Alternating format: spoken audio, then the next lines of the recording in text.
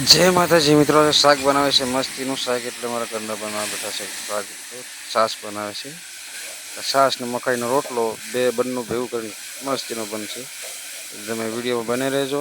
આજે મહેમાન આવવાના છે, દીકરાનો જન્મદિવસ છે એટલે મહેમાન ગતિ કરવી છે એટલે તમે જોઈ શકો છો મહેમાન આવી ગયા છે એટલે આપણે મહેમાનને ચા પાણી કરીએ પહેલા એટલે કેટ બેટ ખાઈ લઈએ। કેટ બેટ ખાઈ આવી પછી रसोई रांधवानुं चालू करशुं।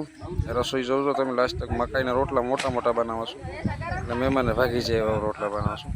તમે વિડીયોમાં જોતા રહેજો રોટલો કેવો મકાઈનો એટલે મકાઈનો રોટલો બનાવી છે મહેમાનને જમાડી સંભાળી પછી નદી બાજુ ફરવા જવું છે। નદીનો નજારો તમને જોવા મળશે આ વિડીયોમાં લાસ્ટ તક જોજો। વિડીયોનો કમેન્ટ કરજો, લાઈક કરજો, શેર કરજો અને ચેનલને નયા હોય તો સબસ્ક્રાઈબ કરી નાખશો મારા ભાઈ। આ વિડીયોમાં બને રહેજો। મહેમાન ગતિ કરી છે એટલે મહેમાનને મકાઈની રોટલી નહીં રોટલો બનશે ભાઈ। તો રોટલો જોઈને મહેમાને ભાગી જાય એવો રોટલો બનાવે છે મારા ઘરના। જુઓ તમે એક રોટલો 4 મહેમાન ખાઈ લેશે। તમે જોઈ લેજો લાઈવમાં કે રોટલો કેવડો મોટો બનાવે, તાવડીથી બહાર નીકળી જશે રોટલો। શાક એ મસ્તીનું બનાવ્યું છે, રોટલો મસ્તીનો બનાવે છે। એક રોટલામાં 4 મહેમાન જમી લેશે આરામથી। તમે તો જોઈ શકો છો કેટલા મહેમાન જમી શકે। મારા વિડીયો દેખતી કે નહીં દેખતી? તે રોટલો મકાઈનો છે ભાઈ એટલે વધારે ન ખવાય, વધારે ખાય તો પેટ ખરાબ થઈ જાય। એટલે આપણે છાશમાં સબ્જી બનાવી છે, છાશ ખાટી છાશ કહેવાય ને।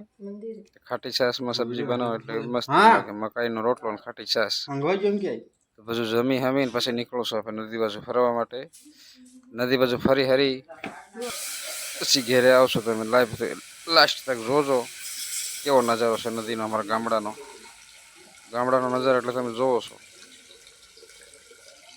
તો આ વિડીયોમાં બને રહેજો, લાઈક કમેન્ટ જરૂર કરજો, બતાવજો કમેન્ટ કરીને કેવો નજારો અમારા ગામડાનો સિમ્પલ જીવન।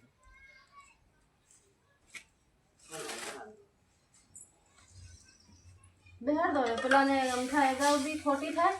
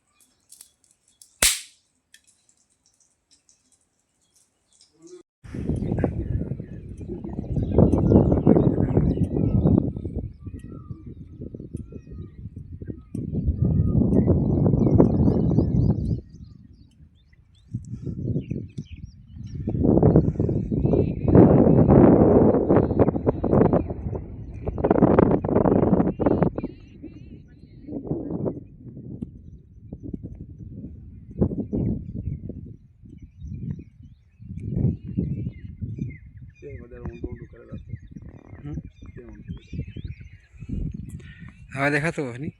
આમાં દેખાય બરોબર આવી ગયો છે।